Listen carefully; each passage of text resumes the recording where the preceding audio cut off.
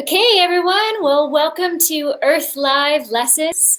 Thank you so much to Lizzie for inviting us today. We met Lizzie back in February when we took her to Antarctica in South Georgia. We had an amazing time, so it's really awesome to be included in this series. So thanks for having us, and thanks for those that are tuning in now or maybe catching up later. If you have any questions, just feel free to pop them in the chat, and we'll get to those at the end of the talk. So my name is Lauren Farmer. This is Alex Cowan. We live in the Scottish Highlands, and we are polar guides. So guides look after people, and they're also charged with looking after the place where they work. So today we're going to be talking about what it's like to be a polar guide. Now, one of the most interesting things about being a polar guide is that we work all year long, but only in summer. So when it's summer in the Northern Hemisphere, in places like the UK and the States, then we head north to the Arctic up to where there are polar bears. But in the summer in the Southern Hemisphere, in places like Australia and South America, we head south to Antarctica to hang out with the penguins. So this is because in the highest latitudes, in the very, very top of the Earth and very, very bottom, it's always daylight in summer and always darkness in winter. So of course, we only want to work when it's light outside. So like any good photographer, we're always chasing the light. So lots of people have a commute to get to work, and we do too, but our commute takes at least 2 days. So we spend 2 days flying south to the southern tip of South America, but we're still not in Antarctica because then we have to get on a ship, and then it's another 2 days in the ship across to Antarctica. So we load the ship up with supplies and our equipment and lots of excited guests who are going to guide in Antarctica. And then we set sail across the Southern Ocean, across an infamous passage of water called the Drake Passage, which isn't always super rough, but can be. And when it is, it can be pretty exciting.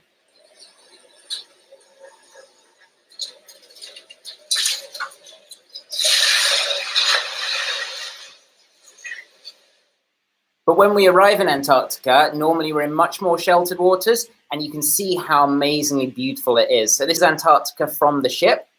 All that white you can see is snow and ice. Antarctica is the coldest continent on the planet, and 98% of it is covered by ice. And it's kept cold by the Southern Ocean, which is insulating it from the rest of the world. So Alex mentioned that we have guests on board, but who are these people? So they come from all over the world. They're really interested in things like polar history, having encounters with wildlife, seeing really beautiful scenery, and they're also really interested in learning. So a big part of our job is educating, not only just educating on what they're seeing, but also why it's worth protecting. And also, it's not just Alex and I, it's a huge team on board, and we all work together to pull this off. So on our ship, we have a captain and bridge officers. They are responsible for running the ship, keeping us safe, and also navigating us from place to place. We also have a really big crew, lots of different nationalities, and they manage everything from keeping the engines going to fixing things on deck, cooking all of our meals, cleaning the cabins, lots of work. And then there's the expedition team. So that's Alex and my department. We run everything that happens off the ship. So when we go to shore or out in Zodiacs, we also handle the education program. So there's an expedition leader like us, but then there's also a historian, a geologist, an ornithologist, a marine biologist, a photographer, a kayak guide. So lots of people with different expertise, and they're all really passionate about their work.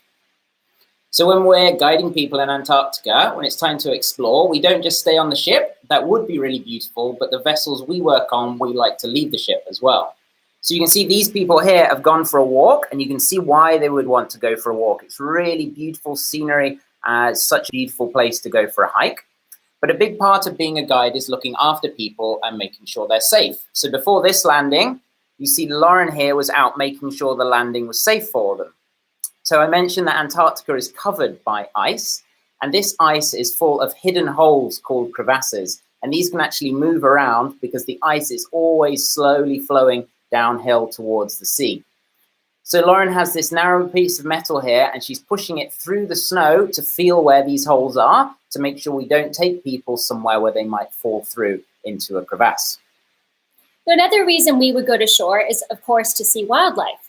So this is like penguin colonies, seals hauled out on shore, other types of birds. Penguins in particular are highly entertaining. They can be really oblivious to the fact that we're there, like this king penguin.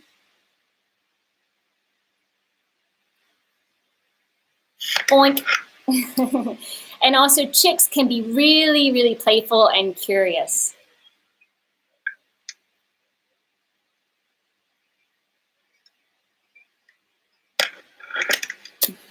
So this is the type of behavior that we want to see on shore, but the only way this is going to happen is if we're respectful of the animals. So how we do this is we abide by a set of guidelines. So those are rules that all of the guides and all of the ships that work in Antarctica and South Georgia take really seriously.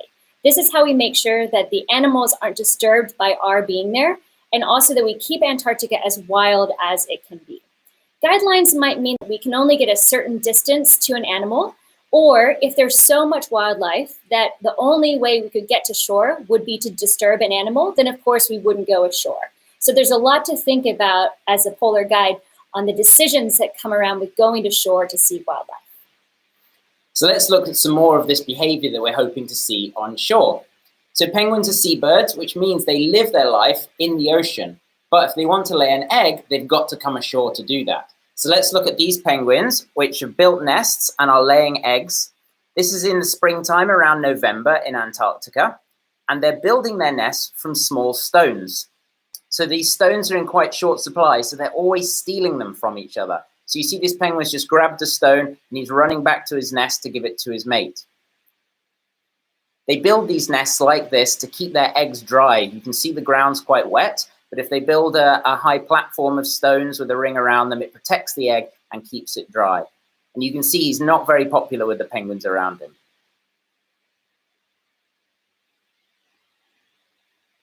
He's going to get another one. See, they can't stop him.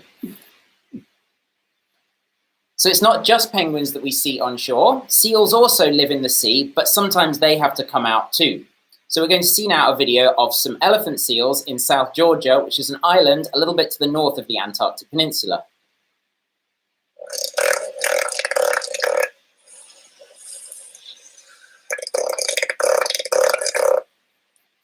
So as you can hear, they're super noisy and they're also really, really smelly. The reason they've come out of the sea onto shore here is to shed their skin. So they're molting all of their skin and replacing it in one go. But the elephant seals are really amazing animals. So when they're at sea, they spend almost all their time holding their breath underwater. So imagine going most of your life holding your breath. And the reason they have to spend so much time holding their breath is because they feed really deep down. They go down 1.5 kilometers to search for things like squid to eat. So they'll come back to the surface, breathe for just a few minutes, and then they're straight back down again on a really long dive. And they're spending so much time underwater, we think they probably go to sleep down there as well. So imagine holding your breath while you go to sleep and dive 1.5 kilometers under the ocean. When we go to shore, we use what are called Zodiacs. So the ship will be at anchor, it'll stay in one place, and using a big crane, we lower a fleet of these black rubber boats, and we take them from the ship to the shore. But we love Zodiacs, so sometimes we just decide to go out exploring in a Zodiac. Here's a view from the front seat. It's an amazing place to get in amongst the icebergs. You can see here navigating around the brash ice. Also, the underneath of icebergs are the most amazing turquoise blue. So we often have guests hang over the side of a Zodiac with their GoPro on a pole and get some awesome view of the ice. This ice also tastes really good in your drinks. So we're not just going out to see scenery and ice from the boats. We really like it if we get to see wildlife as well. So first we're going to see a humpback whale. And this humpback whale is jumping out of the water. This is called breaching. So humpback whales will give birth to their calves in warm water. So they'll go to tropical places like the coast of Costa Rica in the winter to give birth. But then in the southern summer, they'll swim all the way to Antarctica to feed. And the reason they go to all that effort is because Antarctica's waters are absolutely full of an animal called krill, which look like a little shrimp. And there's so much of this krill that whales and penguins and seals all come to Antarctica to eat this during the summer. So that's why the whales will swim so far with their calves just to eat. We don't know why they jump out of the water like this. Some people think it might be to remove parasites from their skin, but others think it might be more likely that it's for long-range communication. But whatever the reason, it looks like they're having a lot of fun while they're doing it. Another animal we like to see in the water is seals. So we've seen them on land. Let's see some seals in the water. So this is a leopard seal. And you can see it's come really close to the Zodiac. So a lot of Antarctic wildlife, if you're already calm and quiet and don't approach them, sometimes they're curious and they'll pass quite close to you. So you can see this seal is getting very curious about the camera. Like all the other animals in Antarctica, leopard seals mostly eat krill. And they have these special teeth that are designed to interlock to make a sieve, so that they can sieve the krill out of the water. So they take a big mouthful of seawater full of krill, and then they push that water out with their tongue, and they're left with a nice mouthful of shrimp to eat. However, in the autumn, as the penguin chicks are going to sea for the first time, a lot of these leopard seals change their diet, and they'll catch penguins instead. So they'll ambush them, and this leopard seal has caught a penguin, and he's thrashing it from side to side to remove the skin so he can eat the muscles. And these birds you can see are storm petrels, and they're trying to catch any little bits of penguin that the seal has dropped. Sometimes we also take people camping on shore, so they actually spend a night on the ice. You can see a tent here, a beautiful view with lots of icebergs. It's really important that we have the right equipment to keep people warm and safe through the night because it's super duper cold. And you can see here we've picked a campsite, and it's really also important that we make sure where our campsite is not going to disturb any of the wildlife. But that being said, you really get very little sleep because usually penguins will come up and they start pulling on the straps of the tent. Other people like to go kayaking. So it's a great chance to get out and just enjoy the silence of Antarctica and also to get eye level with a lot of the wildlife in the water as well. So we've talked a lot about activities. Now, as a polar guide, what are the main focuses of what we do? Well, one of those we mentioned is looking after people. A big part of looking after people in Antarctica is dealing with the weather. So we do use forecasting tools to make sure we're moving around good and bad weather systems, but the polar environment is very unpredictable and often harsh. So we always need to be prepared to deal with bad weather. Sometimes we end up in blizzards with really high winds. And it's our job to make sure that our guests feel comfortable in these conditions. Other times we start out when it's calm and we come back and there's huge waves and it's really tough to just get back to the ship. So you can see how important it is that our expedition team are properly trained in how to drive Zodiacs in these conditions. And even on a calm day, it can be really tough to look after people. Here's some of our team up to their knees in surf, and we're catching Zodiacs as they come to the beach to make sure that our guests get safely from the Zodiac to the shore. So looking after people is a really important part of our job, but looking after Antarctica is another really important part of our job. It's the largest wilderness area on Earth, and we want to keep it that way. We don't want to spoil it by visiting it. So we want to keep our footprint as small as possible. So one of the first things we do is we follow the guidelines we've created. So here's a picture of people following the guidelines. So they're all in a small group. They're staying still. They're being very quiet. And they're staying well back away from the penguins, because these penguins are probably going between their nest and the sea to feed, and we don't want to get in the way of their job. So these people are doing a great job staying away from these penguins, although it looks like in this case, the penguins are getting a little bit curious and are coming to say hello to the people. Another thing we do is something called biosecurity.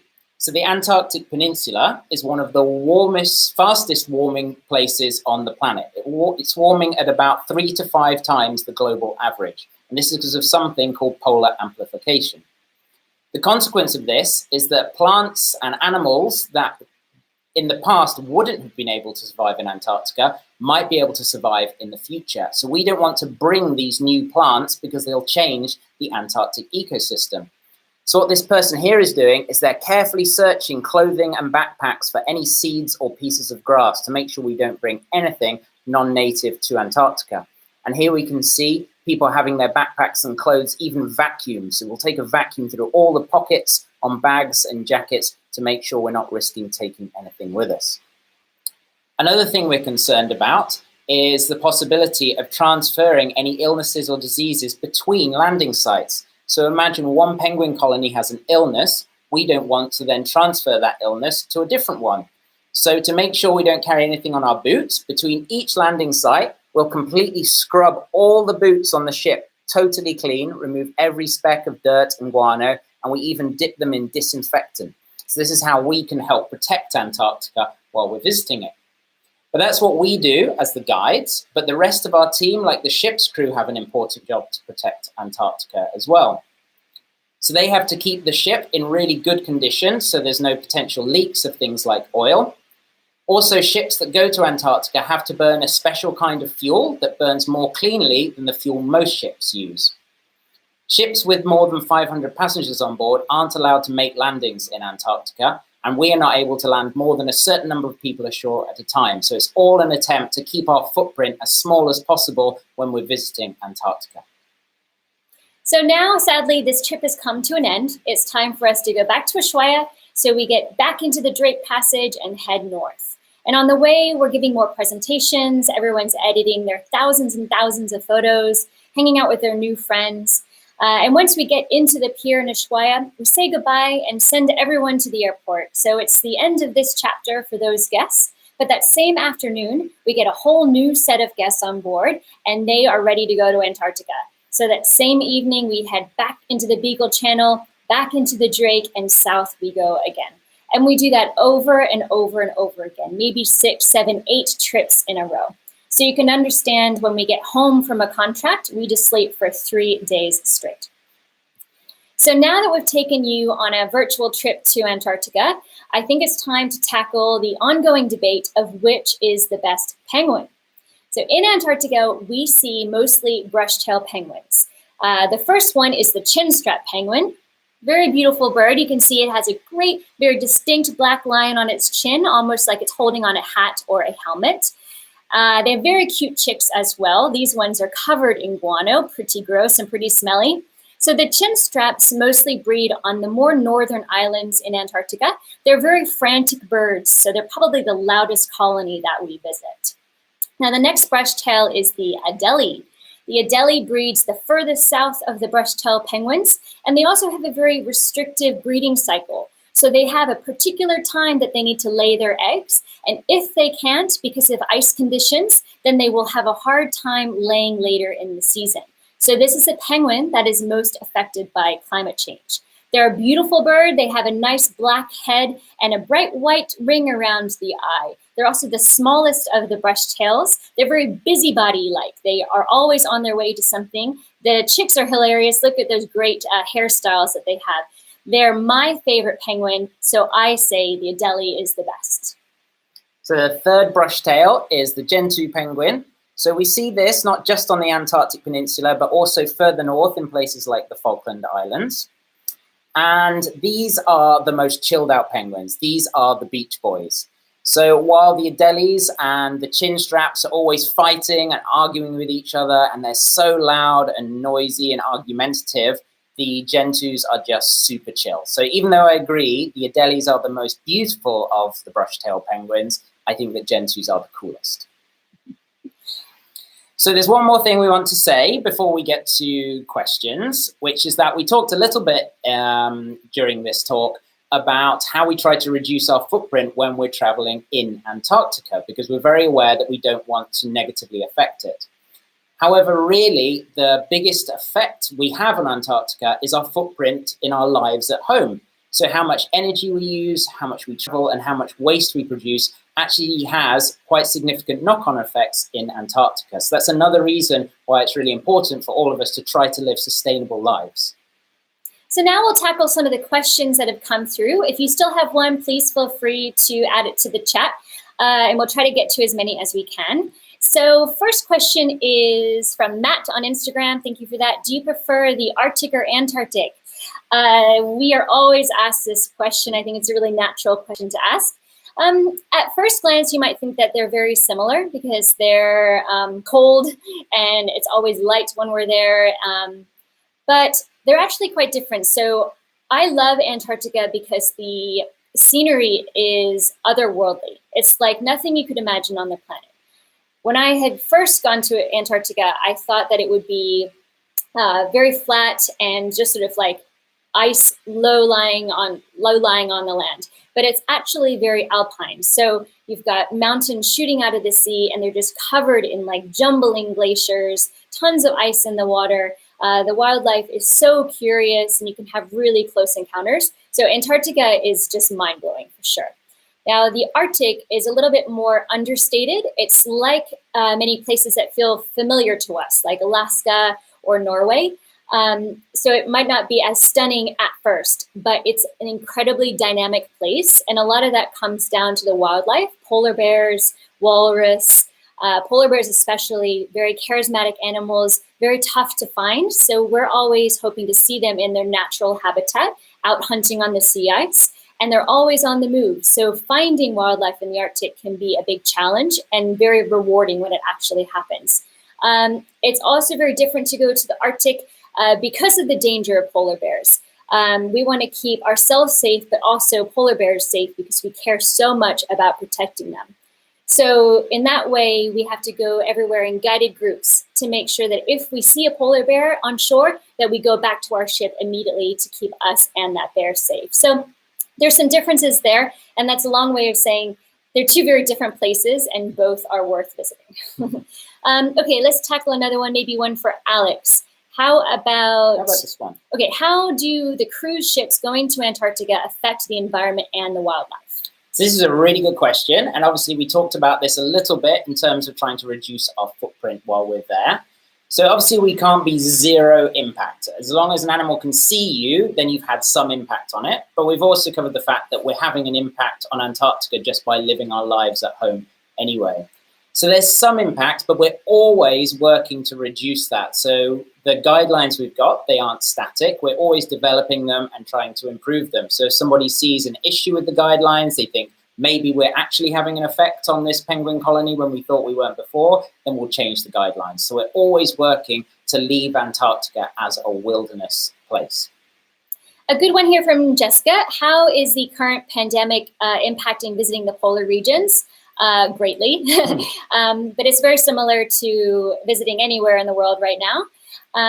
I was working in March in Antarctica on a ship, and our season was meant to end on March 23rd, but we canceled our final trip of the season, of course, because the pandemic had already been determined and it wasn't safe for us to continue. So we canceled the last trip and made sure that all of our guests and our staff could get home before the lockdown. So of course, no one's going anywhere anytime soon. So the start of our Arctic season, which would be right now, has been postponed. And we're just in constant communication with our operator. And everyone's just, of course, watching how this will all unfold. But we're just taking enjoying the downtime, I suppose. But of course, we would love to get back to work and love to get up to the north and see some polar bears. There's a question here from Mike Dixon. How can we pursue politicians to better protect nature? So this is a really good question because I think we all feel quite uncertain of how we can do that.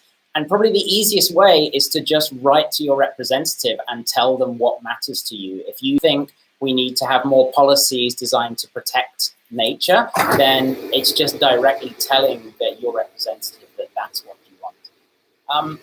But also, we live in a society which is so based around money as well, and so you can make decisions with your wallet too. So it's not just how politicians better protect nature, but companies as well. So choosing how and where you spend your money can help support nature too.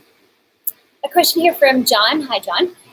What did you both do before becoming expedition leaders, and how has your experience in previous careers helped lead you to this unique job? That's a very good question. So polar guides come into the industry from all different sorts of ways. Alex and I came from very different avenues. I worked in marketing, actually, and studied advertising, lived in New York for a long time working in TV marketing. But I was also a photographer. So I went to Antarctica for the first time with a photography skill set, I suppose, and that was my way in. So on many ships, there's an expedition photographer role, and so that was my first job. And then from there, I learned how to drive Zodiacs and carry firearms in the Arctic and do everything you need to do to be a polar guide, and also learned a lot about the destinations and the wildlife. So for me, it was a lot of on-the-job training. And I'd say from my previous career, I learned a lot about organization, and that's a really big part of being a leader on a team that is a part of a ship with many departments. There's lots of moving parts, lots of challenges with communication and making sure that everyone's on the same page. So whether I knew it at the time, I'm sure all of my past experience has led me to where I am today.